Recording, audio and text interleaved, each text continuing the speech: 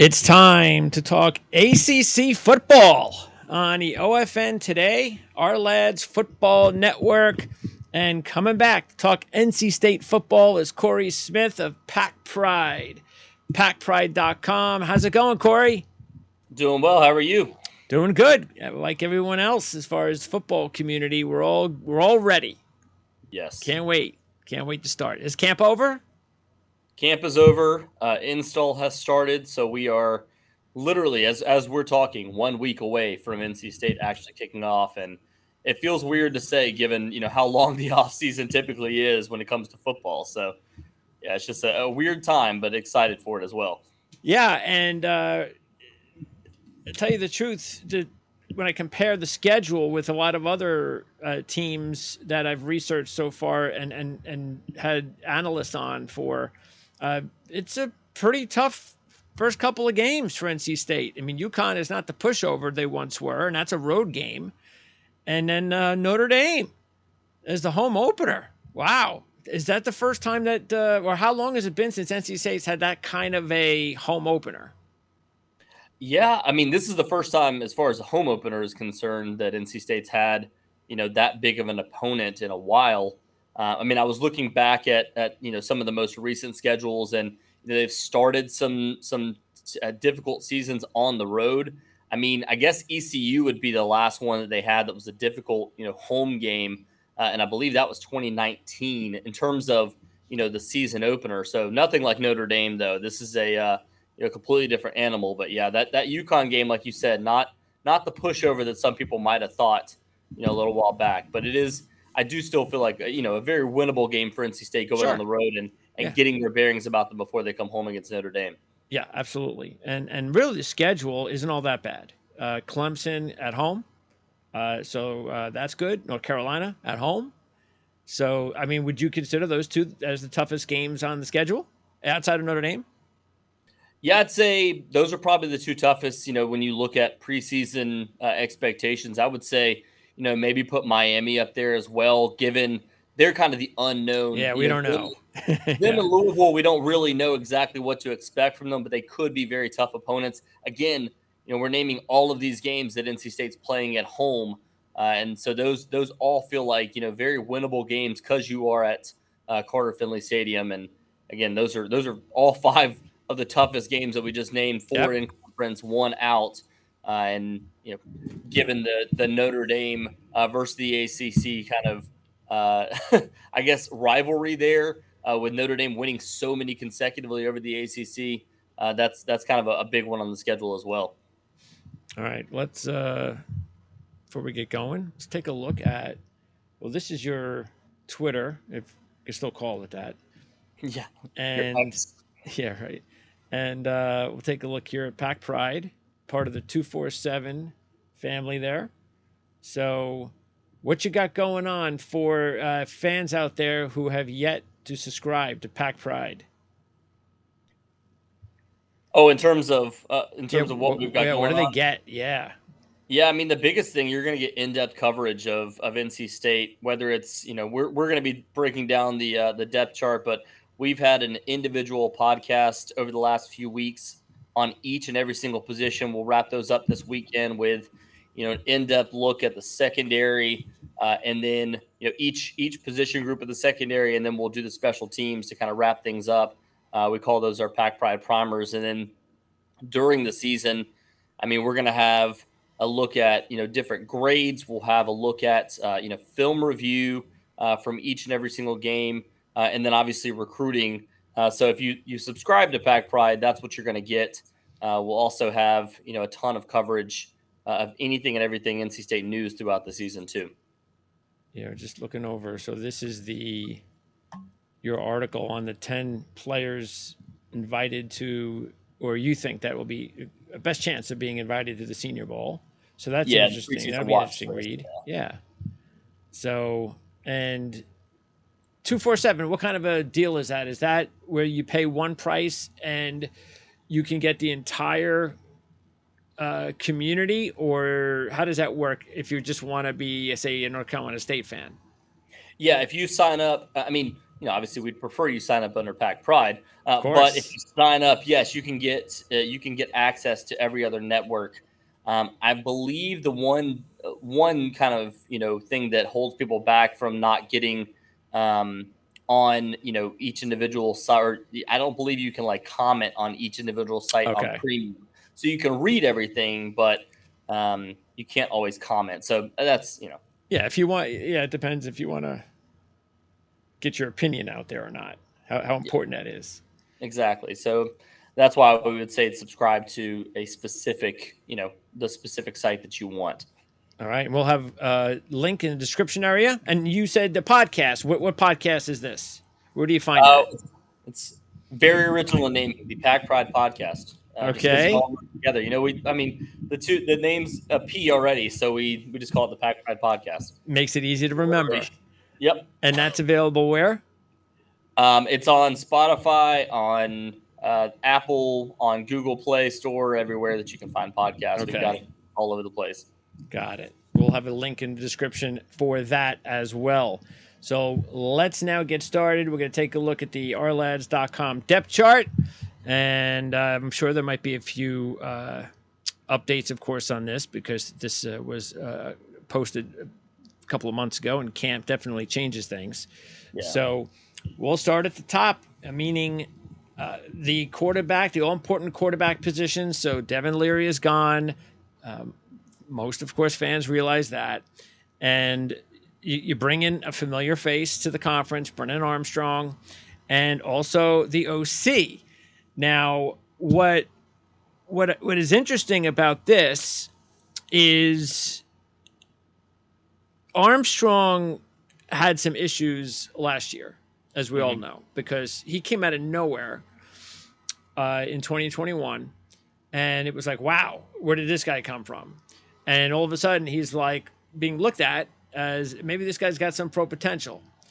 And then last year, they changed coordinators, and it was a mess. Yeah, Now, they changed head coaches. They changed everything. Yeah, they changed everything. And it was an absolute mess. And now he's back.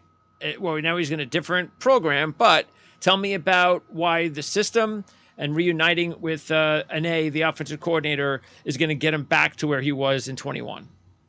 Yeah, I mean, one of the biggest things about Coach and I's system is the fact that it's more free flowing. It's basically giving the quarterback options each and every single play. It's not a ton of yes, it's play calling, but it's not a ton of like different things that they're looking for each and every single play. It's more of, hey, all right, these are things we're throwing out there. That way they can move it as fast as possible and find different options each and every single play. So. Okay. They've got guys that obviously, you're going to have your hot routes. You're going to have your, plays that you're looking at specifically to try to get the ball to. But they feel really good about the fact that they're going to have so many different options for Brennan Armstrong. And it's something that he's really comfortable with. It's all the same language that he ran in 2021 and in 2020. I think a lot of people kind of forget that he did have a really productive season in 2020. I think people just kind of push it off because of the fact that he had the injuries. He was out for multiple games. So the numbers didn't look extremely high. He also only played 9 games that season because it was 2020 and they were playing all ACC opponents that entire season for the most part. So it was just a different season. And I do feel like you started to see, the start of Brennan Armstrong in 2020. It was just he exploded in 2021, had massive games, one of which was against UNC for over 550 yards, if I remember correctly. So these are all things that for NC State work out really well, and you love to see the two of them be able to still run that system. And it's funny because you talk to multiple guys in this offense, and they say, I don't want to like downgrade it by saying it's simple because it's not a simple offense, but it is something that is simple to understand. And it is simple for them to be able to run, and have a more, I'm blanking on the word here for some reason, like a faster speed, faster pace. Up tempo. Yes, up tempo offense. I don't know why I couldn't think of that word, but up tempo offense when they get going. So, well, and if you just want to be, I guess, basic about it, the fact is, correct me if I'm wrong, but he had his biggest year really in 21, and I was there. He was there. Armstrong was there. When I left, that's when Armstrong's game went to pot.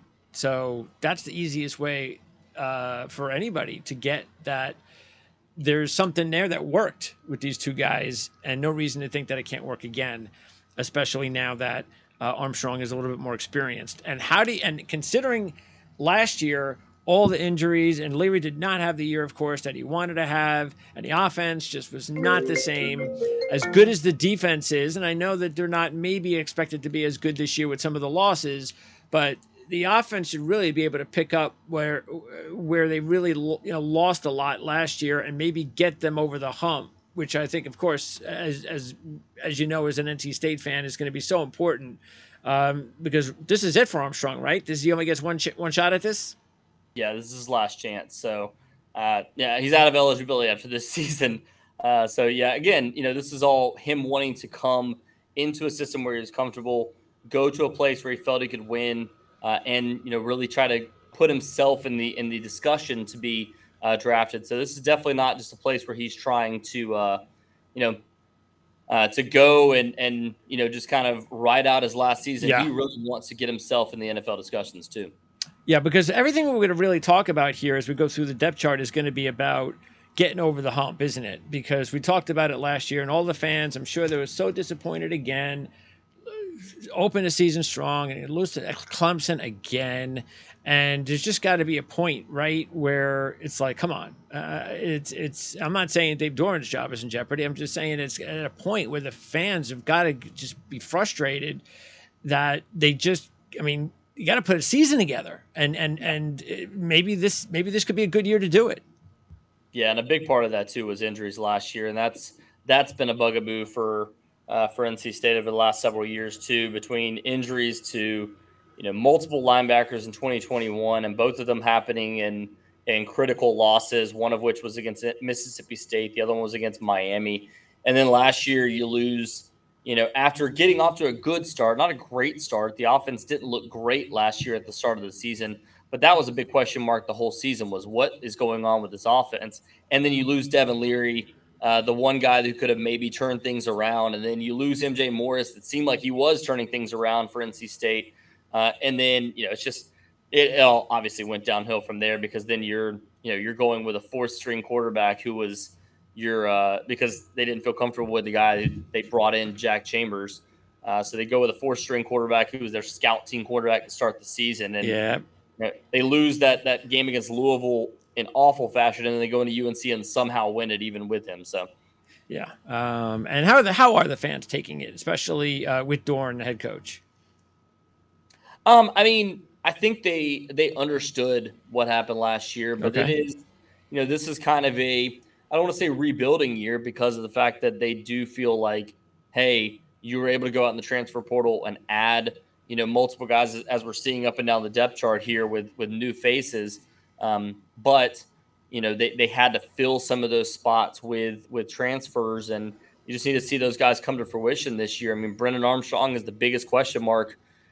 Probably in the ACC, like if he has, at least somewhere in between what you saw in 2020 and 2021 type of season for NC State, like this could be a team that surprises a lot of people. But it's going to come down to, is he able to stay upright because of the offensive line? And is he able to perform? Because that was, he wasn't able to last year in a different offense, but people are questioning, like, was it the offense or was it Brennan Armstrong? Was he just a flash in the pan in 2021? So we'll see. All right, well, I tell you what, let's talk about the offensive line, and not as experienced. Coach seems to feel pretty good, but that could be coach speak. So what are you thinking about the way this offensive line has looked so far, or the feeling about the offensive line? Yeah, the biggest question mark right now is going to be the health of the offensive line because they feel good about the front line guys, especially at tackle. Anthony Belton is one that started off strong last season, had a rough game against Clemson and seemed to get in his own head and kind of lost that momentum that he had early on. So we'll see if he's able to have put together a full season. That's been his focus. Dylan McMahon is the anchor of this offensive line. moving from guard to center. He's a guy that's a third-year starter heading into this year, but naturally a center, wants to be able to prove himself and up his stock to the NFL for next year. So I think he's probably, if you're looking for pro potential, probably one of the guys at the top of the list for NC State. And then Tim McKay at that right tackle spot is going to be a critical one because people forget Brennan Armstrong is a left-handed quarterback. Tim McKay blocking his blind side at the right tackle spot. So it's reversed when it comes to to this position now at this point. So you do feel good about all of those guys. Like I said, the question mark is going to be at the guard position. Dawson Jaramillo, Lyndon Cooper, two guys that we'll see what their status is once the depth chart comes out. But there are questions about potential injuries for them. Derek Eason, and Anthony Carter are two guys that have been starting at those guard spots throughout camp and competing. And then Sean Hill is another name to know. Okay. So all those guys, they're on the depth chart there that you guys have at our lads. Some other guys I would mention as well. Kamen Smith is one as a true freshman that we've heard a lot about. And then you've also got guys like Jaleel Davis, Patrick Matan that have some roster flexibility, can move up and down to the guard and tackle spots. So I wouldn't be surprised to see them get on the field at guard, but they are bigger guys. So we'll see exactly what the future holds for them. But Kamen Smith, I think, is one guy to potentially know on this depth chart as well. Okay, so Kamen Smith would be like, as far as offensive line freshman prospects, he's the one that is at the top of the list? Yeah, I mean, him and Jacarius Peak is a redshirt freshman, but Kamen Smith is a kid that, he's extremely athletic. He ran track as well. Wow. Like, I'm not saying like, oh, he did, just certain track events. No, he actually ran track and ran in the 4x100 as well. Okay. For his team. So he's got some serious athleticism to him. I wouldn't be surprised to see him get on the field this season. But again, that's kind of like, hey, is it because he's super talented, or is it because the guys, that he's moving potentially ahead of aren't progressing? So we'll see. But I do feel pretty good about some of those younger guys that can kind of push for those spots too. And Smith, he's an interior player? Yeah, he's got the size to potentially be able to play tackle, but they prefer him at the guard spot just because of his run blocking potential too. Okay. And so basically what you're saying is that center, tackle, you know what you got, and it's really about the two guard spots. There's a lot of competition there, and may the best men win kind of deal. Yeah, exactly. And again, like I said, I mean, you asked if where they prefer Kamen Smith. I mean, he's a guy that's 6'5" too, so I could see him playing the tackle spot. But yeah, sure. There's a lot of competition, and they started this back in 2020 where they try to keep some roster flexibility. So like, guys that play center can also play guard. Guys that play tackle can move inside at times if there's necessity for it. But yeah, I do feel good about the two tackle spots and the center spot. It's going to be up to figuring out who exactly are the best guards on the roster and who's healthy heading into the season. Okay. Let's talk about skilled positions and in the backfield. You have Jordan Houston, and Jordan Houston, is he ready to take the next step? Yeah, that's, again, one of the biggest question marks heading into the season is he ready for that role? I don't think there's anybody necessarily on the roster right now that you would say, oh, that's a guy that's a bell cow back, but that's not how Dave Doeren has usually used them either. Jordan Houston was a guy that stuck with the program for 3 years, despite not being, a guy that got a ton of handoffs or, even just got in the backfield in general for basically his, I believe it was his redshirt freshman and his redshirt sophomore seasons with NC State. But he heads into his last season at NC State with a chance to really compete and be a guy that could be utilized a little differently than he has in the past too. He was an all-purpose back coming to NC State. And in this offense, you expect to see him be, somewhat of a safety valve type of guy that they can check down to as a good pass catcher too for NC State. But Michael Allen is another one to really know in this system. He has a little bit more of the explosiveness, the shiftiness that you're looking for out of the running back spot. I feel like he has a chance to be a guy that, again, just mentioned it with Jordan Houston, but Michael Allen, while he wasn't listed as an all-purpose back, he was listed as a running back. He was actually utilized as a slot receiver during his senior season in high school. So he's a guy that can catch the ball tremendously well out of the backfield, Wouldn't be surprised to see him and Jordan Houston kind of being utilized in those roles. And then the third guy to know really in the system, you could insert Delbert Mims. He's played well in the past. DeMarcus Jones on scholarship, so the two of them I think could be utilized at times.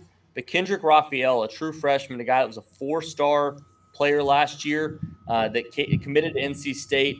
He's more of your guy that you're going to be looking at as a true running back. He played in a triple option system at the high school level. He was utilized solely as a running back, but earned his way as a 4-star player, basically only because of the fact that he was playing running back and not being utilized in other ways. So I wouldn't be surprised to see him kind of carve out a role this season too, similar to what Michael Allen did last year. So they've got 3 guys they feel good about in that room. I'm interested to see who emerges as maybe the top back. Like I said, maybe not a bell cow back in this system, but I could see Michael Allen being kind of that guy throughout the year. I actually predicted for him to lead the team in touchdowns for the season solely because of the fact that he can be a good pass catcher out of the backfield and somebody that can run the football in the red zone too. All right. And then obviously we'll keep an eye on Raphael and his trajectory if it goes up starting this year. Meanwhile, wide receiver. So lots of changes here. And is this just a big unknown, or have you noticed or heard anything positive about maybe who's coming out of practices as the man? Yeah, I think you guys have got it right when it comes to the outside receiver spots. Keon Lassane is a guy that played really well last season. Like, he wasn't a guy that was utilized as utilized as their best receiver. Obviously, you had Devin Carter, who transferred to West Virginia for his final season, and then Thayer Thomas, who's now with the Minnesota Vikings. I think those two guys have a chance to, between Keon Lassane and Terrell Timmons, kind of have breakout years this year. Keon Lassane is a very undersized 5'11", playing the outside receiver position, so he's not going to be a guy that's going to have big dynamic plays down the field. So I wouldn't be surprised to see a guy like Dakari Collins take over some of those. Anthony Smith is really the biggest question mark here. Him and Julian Gray, for as much speed as they haven't been great pass catchers and haven't shown themselves to be that yet. So I'll be interested to see where they kind of pan out in this system. The other guy really to know at the slot receiver position, you guys have Porter Rooks as the top guy. I would put maybe Kevin Concepcion, despite him being a true freshman. I wouldn't be surprised to see the two of them split snaps at the beginning of the season, and even Julian Gray potentially sliding in there at times too. So I think all 3 of those guys have a chance to be utilized in the slot. I think they would be utilized in different ways. Julian Gray, as I said, hasn't shown himself to be a natural pass catcher at times, so I wouldn't be surprised when he's in to be kind of your jet sweep type of guy. He could flex from the slot to the backfield and be utilized that way. Whereas Kevin Concepcion, everything we've heard out of camp has been he is the most probably already emerged as one of the most natural pass catchers on the team, some of the best hands on the entire team, despite being a true freshman. And another guy, Javante Vereen, listed as a tight end. I wouldn't be surprised to see him being utilized a little bit more as a wide receiver and in the outside. So I think all of those guys have chances to be used in multiple different ways in this offense. So similar to what you had with Oronde Gadsden last year over at Syracuse, utilized as a tight end and wide receiver, I could see that kind of role for Javante/Juice Vereen, if you want to call him that. All right. And as far as the tight ends, how is that looking? And how much is the tight end used in a 9 system? Yeah, Trent Penix is another guy that I think could be utilized similar to Juice Vereen, being a guy that could be moved around all over the place. So I wouldn't be surprised to see him have a big role. The big question mark for Trent Penix, has been staying healthy. The last 2 seasons, he's had injuries that have cost him multiple games. So it's given opportunity to guys like Chris Tootle. That's given opportunity to the Sebro twins, Cedric and Fred Sebro. But yeah, I mean, Cedric and Fred are more of your blocking tight ends. So those are guys that have a chance to get on the field at times this season. Okay. And again, the question mark is going to be the offensive line. Is the offensive line holding up well enough? can you utilize that Yep. move tight end, that H-back tight end, as opposed to needing a more natural blocker at those spots? So I think that's going to be the biggest question mark here is can he really use his tight ends the way that he wants to? And Robert and I, so we'll see. But again, when healthy, Trent Penix is going to play a big role in this system, being used as potentially a tight end, sometimes running back. That's actually the position he played in high school. So the Jalen Samuels comparison has been made at times, that used to play at NC State, played with the Steelers for a little while there. But I feel like he's more of a natural tight end, has that solid speed. So again, him and Juice Vereen, guys that would be moved around a lot for the tight end position if they're both healthy. Before we move over to the defense, is there a player or two, outside quarterback, but is there a player or two that the team is going to miss the most offensively? Yeah, Thayer Thomas is the biggest one, if you have to go with anybody, and then Chandler Zavala. I mean, I've mentioned multiple times Yeah. the question mark at the guard position. You lose a guy like that came in, and here's the thing too, is he came in as a Division II All American. He wasn't a guy that was highly sought after in the transfer portal. So who am I to say that they haven't found somebody along those lines that has a chance to step up at the guard That's position true. Yeah. and potentially be that guy in the future. But we know what Thayer Thomas was. We know what Chandler Zavala was, because here's the thing: you look back at Thayer Thomas. He was a walk-on that came to NC State and played extremely well, earned that scholarship, earned his spot with now the Minnesota Vikings. But he was that safety valve guy. If they needed a check down, they needed a guy that was going to get open in space. He was an elite route runner. Didn't have that elite, elusive speed, but he was a guy that you could find open at any given time and move the chains. Who's going to emerge as that guy? I wouldn't be surprised, again, to see it be Kevin Concepcion here. All right. Now let's switch over to the defensive side. And this is where the team is overall lost as far as personnel compared to the offense. Very good year last year defensively. So we look and see again Peyton Wilson on the team, and it's just about staying healthy, isn't it? Right, because this kid's got a boatload of talent. Yeah, I mean, you look back at last year, and despite missing one of the games and being injured for the most part in the season opener against ECU, he still put up record highs for career highs for him in tackles for loss and sacks on the season. And he's a guy that just uses that pass rushing linebacker. So you get a chance to see him do that even more this year with Drake Thomas and Isaiah Moore gone. So I wouldn't be surprised if he stays healthy all season long to be a guy that goes for 100 plus tackles, finishes with 15 tackles for loss, and somewhere around 6 or 7 sacks on the season. Given what he can do, the big question mark is going to be the linebackers outside of him, because Yeah. as of right now, the two guys next to him, Devin Betty and Jalen Scott, they were two guys that have played a ton, mostly because of the fact that Peyton Wilson was injured, Isaiah Moore was injured in that 2021 season, so they got on the field a lot. And last year they were rotational linebackers in those spots. Every time that Drake Thomas or Peyton Wilson or Isaiah Moore came out the field, those were the guys that came in.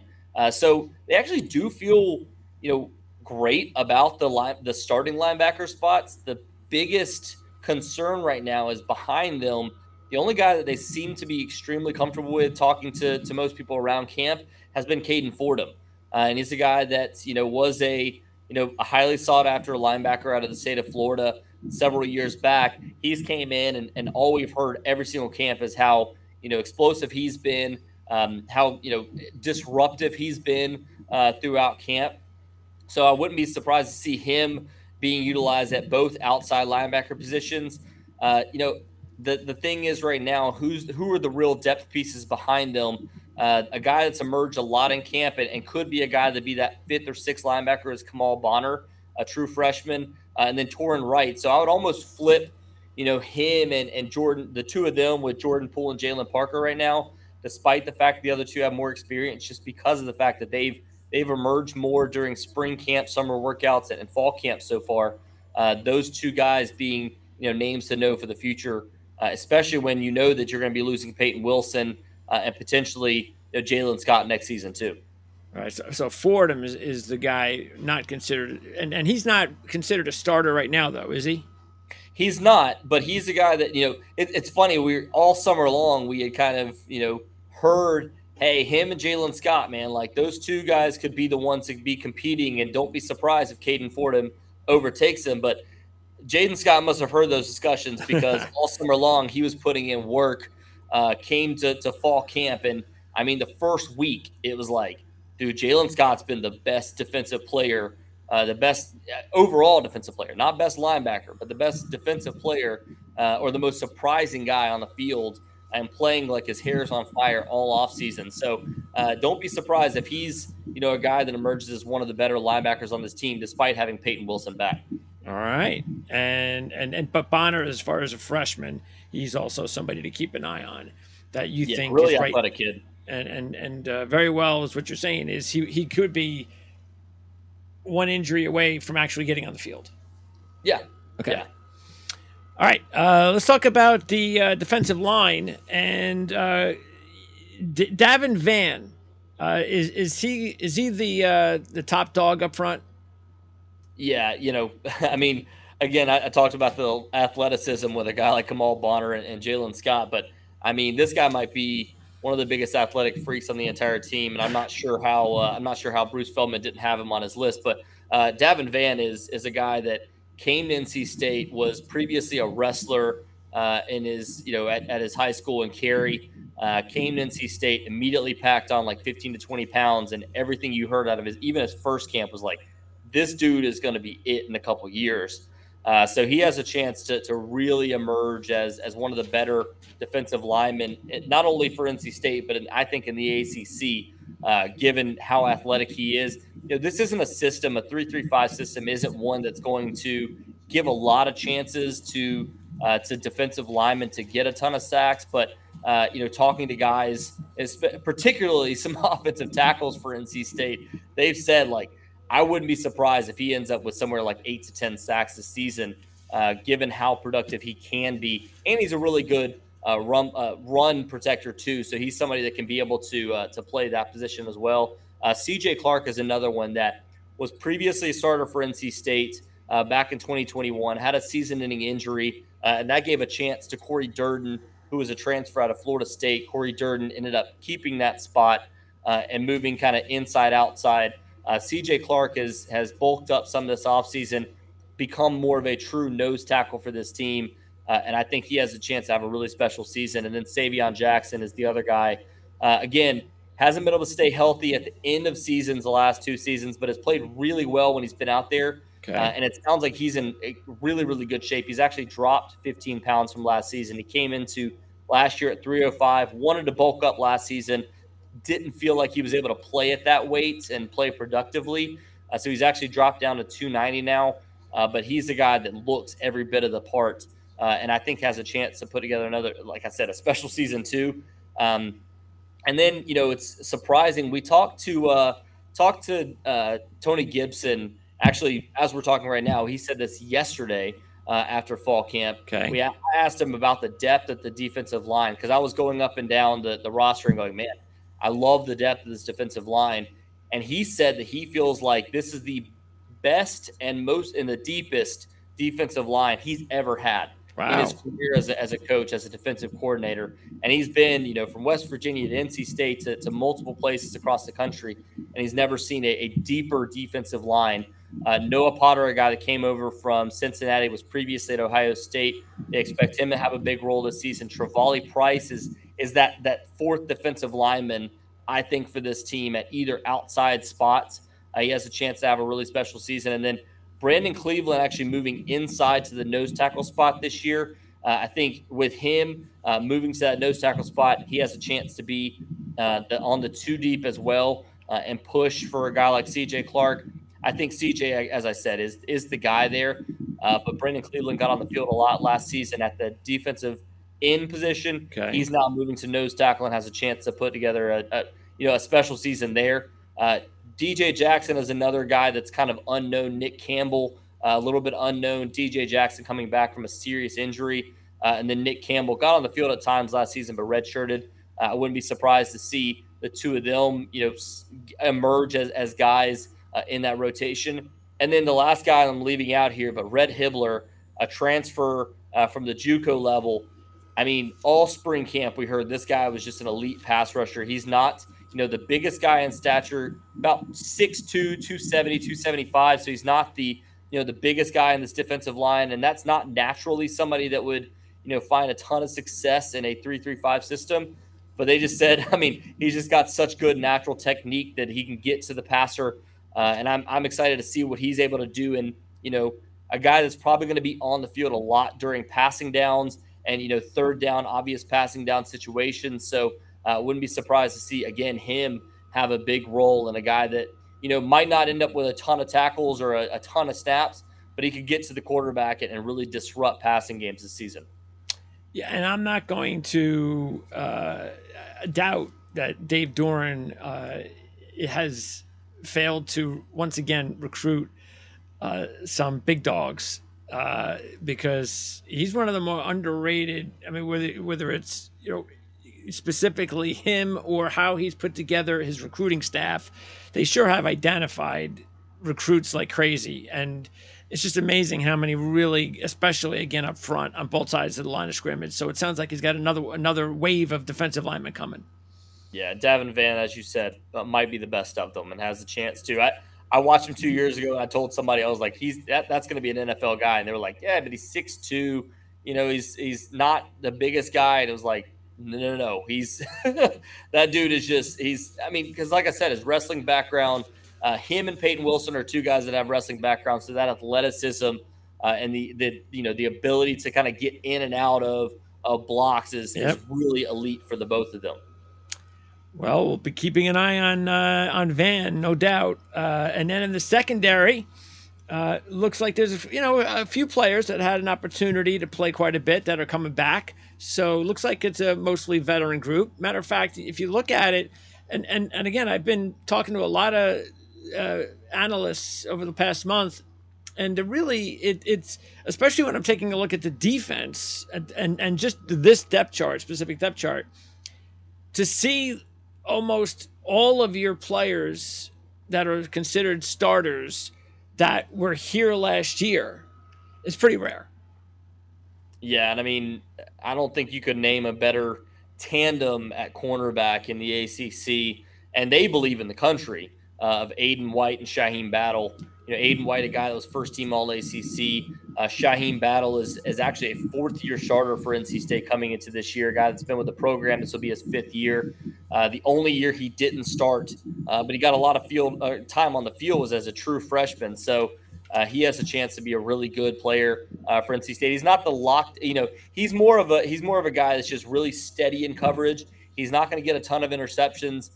But he's going to disrupt guys, and a lot of times they just didn't throw his way last season. They tested Aiden White multiple times. That's why he ended up with the second most interceptions in the ACC last year. So they feel really good about their two cornerback position guys. They lose a lot. Going back to last year, they lose a lot with Tanner Ingle. Tyler Baker-Williams, when healthy, was a really good player for NC State at the nickel spot. And then they also lose Cyrus Fagan, who, again, when healthy, was extremely productive for NC State, but that when healthy caveat allowed for guys like Jakeem Harris, allowed for a guy like Devin Boykin to get a lot of time on the field. The two of them, I think, have a chance to be really, really good this season.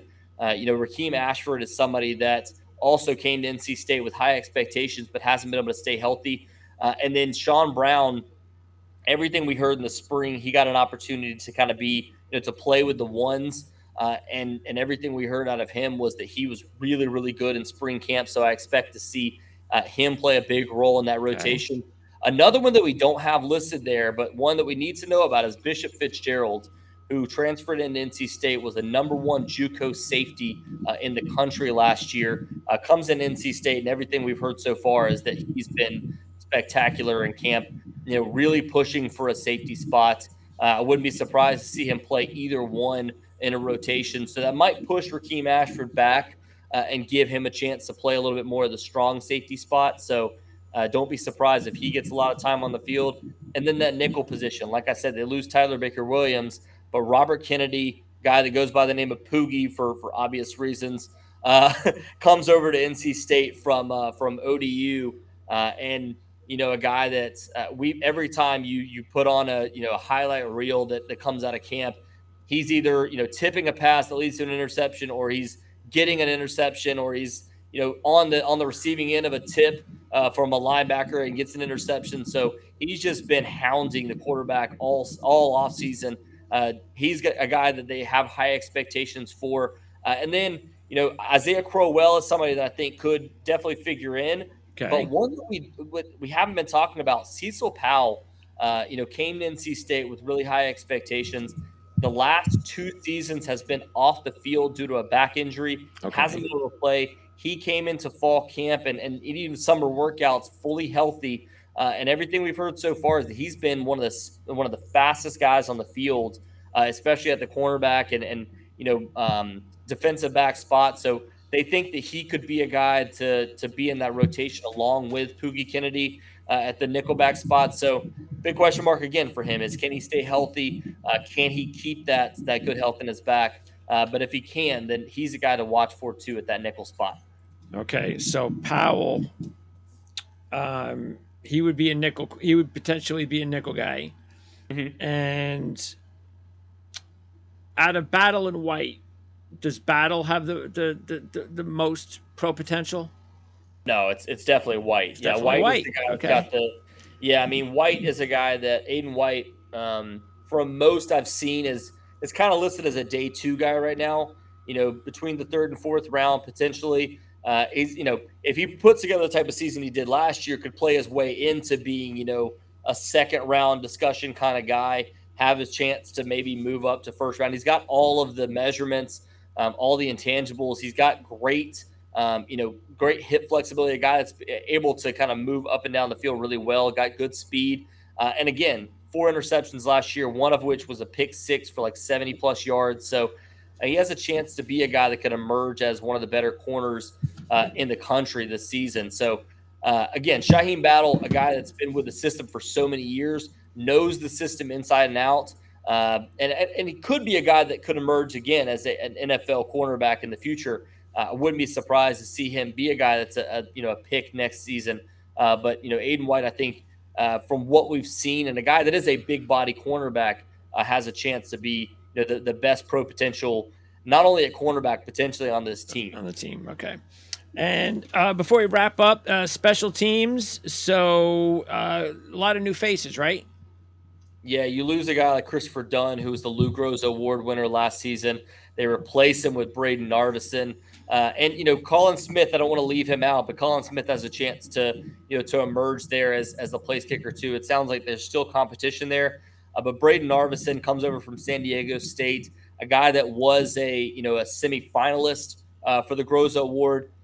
I keep forgetting this. I think it's either 2020 or 2021 that he was a semifinalist. So he's been a productive kicker in the past. Not looked at as not seen as a Power 5 guy because he was with San Diego State, but it's his final season. He has a chance to be, to kind of steady that position for NC State. And then Caden Noonkester, also known as Caden Boomkester as his nickname at the punter spot, has a chance to be really good for NC State this season. He played actually a lot last season because of some injuries from the previous punter that came over to NC State last season. So we got a chance to see quite a bit of him last season, and he was extremely steady all season long. So I think he has a chance to be really good at that punter spot. And then, the biggest question mark right now is who's going to be returning kicks? Because, again, like I said, Okay. Julian Gray is a guy that has elite speed, but the hands are a question. Jalen Coit is a guy that played some of that spot last season, but, is he going to be steady enough to be able to hold down that? So that's still a question mark going into the season. We'll see. And Jordan Houston, the guy that has good speed, but plays a really valuable position. He's a guy that plays that running back spot, is expected to be one of the top 3 guys for that rotation. So how much do they use him at that spot? They did it a couple years ago with Bam Knight, that's now with the New York Jets. So I wouldn't be surprised to see them use him there at that spot. But how much do you want him on the field outside of being that top running back? And then the last guy in the equation, and always the last guy, but again, a guy that probably has really good pro potential too, is Joe Shimko. I'm going to knock on wood here, but he's one that at that long snapper position has never once in his career had a botch snap. So he has a chance to, a guy that was an Under Armour All American. There's very, very few long snappers that are named Under Armour All Americans.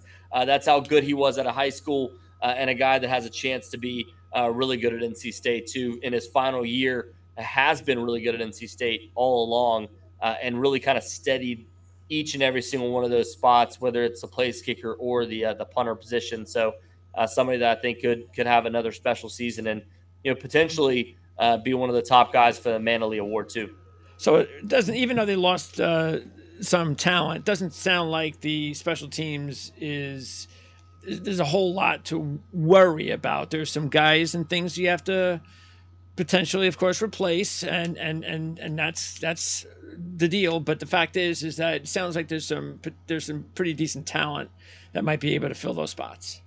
Yeah, again, it's experience. Yeah. There's experience there, and again, Narveson has been really good in the past. There have been times where he's missed some kind of gimme ones, so that may be.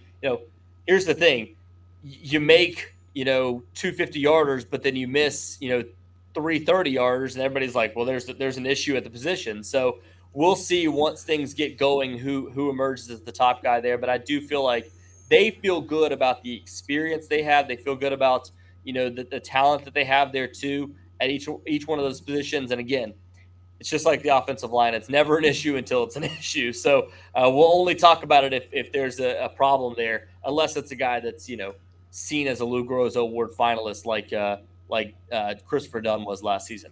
Well, so and you said Narveson was a finalist a couple of years ago. Yeah, he was a semifinalist. Yeah. So again, he's been a really consistent kicker over his career. It's not like you're bringing in a guy that was second string previously. He's a guy that they again has a ton of experience, can come to NC State and stabilize that position. And if they feel like Colin Smith is better, that means you have a guy on the roster already that you feel is better than a Lou Groza semifinalist in the past. So that's not a bad situation to have. And you mentioned that just because he's not he wasn't a Power 5 guy, but that's the one position that doesn't matter. Yeah, exactly. If you're consistent and you have the leg power, I mean, obviously, as we've seen in the past, there's been a lot of guys that have come from Group of 5 at those spots, and again, the hope is that he won't have a ton of opportunities because they'll finish drives, but we'll see exactly how productive this offense is throughout the season too. Yeah, there's always that big kick, a couple of big kicks you got to make a year or so. We'll see. And sometimes it's one of those seasons where you have like a ton of big kicks, and some like, hey, we didn't even have one attempt for a game winner this year. So you never know. All right. Well, Corey, I appreciate it. What's your feeling? What do you think? Under the radar team, they're going to surprise people. What's your gut tell you about whether or not this is going to be labeled as a successful season or not when it's all said and done? Yeah, my prediction throughout the last several weeks when I've been asked has been, if this team stays relatively healthy. Again, when we talked last year, it was like, hey, this team has Devin Leary, this team has all these running backs, this team has all these wide receivers. They lost their guy that was their most productive running back early on in the season, in Demi Sumo Karngbe, who's now with Kentucky. They lost Devin Leary earlier than midway through the season, who's now at Kentucky. So if those guys stay healthy, I feel good about Kentucky for this season too. But the thing for NC State is you got to stay healthy. They've got to keep these guys out there. Again, feel really good about the running back spot. They feel really good about the quarterback spot. Can they keep them upright? Can they give them those opportunities? And the wide receivers that they expect to step up, can they stay healthy too? The defense is loaded with talent and potential. There's just a couple positions where it's like, hey, if you lose some key guys, especially at linebacker, are they good enough to be able to have those horses to compete on a weekly basis? I've said over the last few weeks, I feel like this is a 9-3 team, which depending on those losses, could be a really good season for NC State. Just hope you don't lose those kind of head scratcher games like there's a couple on the road that you're like, man, if they lose that game, then it just looks it's a really dumb loss. So win some games at home, maybe win a Clemson, win a Notre Dame, win a game against UNC, and suddenly this team feels like a a really good team this year, and they could get a chance to go for that elusive 10th win that they've only done one time in team history in a bowl game. So I do feel like it's a 9-3 team, which a lot of people are just kind of itching for that getting to the ACC championship game. I don't know if it's this year, but we'll see over the next couple of years. Having guys like an MJ Morris, all the guys they've recruited, and a lot of these younger guys they're expecting to step up. If those guys all come to fruition, this is a team that feels like they're headed towards an upward trajectory again this year. It's just going to come down to how good are the transfers this year to get them to that 9 and potentially 10 wins this season.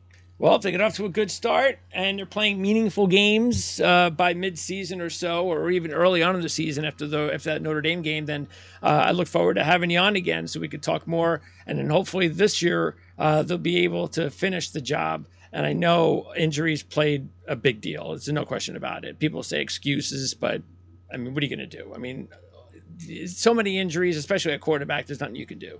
But yeah, it'd be nice to see North Carolina State play some really meaningful games and maybe give themselves a chance for an ACC championship at some point. I was going to say the last 2 games last year were played with a guy that at the beginning of the season was a scout team quarterback. So it's crazy. Yeah. So it is what it is, but it just shows you too how college football is with rivalries, that you can still beat North Carolina with Drake May, a first-round NFL quarterback. And what did you have? You had a scout team quarterback. So yeah. We're string guy that, again, it came down to the defense. Last final note here. This is a defense that has a lot of pride coming into the season. Tony Gibson's defense was the only defense, if you count regular season and bowl games last year, because Georgia gave up 30-plus points, I believe, in the bowl game and one of their bowl games. But this was the only defense in the entire country last year that did not allow 30 or more points in a game last season. That's they really held good. Every single opponent to less than 30 points last season. So this is a defense that prides themselves on being able to shut down teams. It's going to be, can the offense step up? Can the new faces on this defense step up and really carry this team this year again?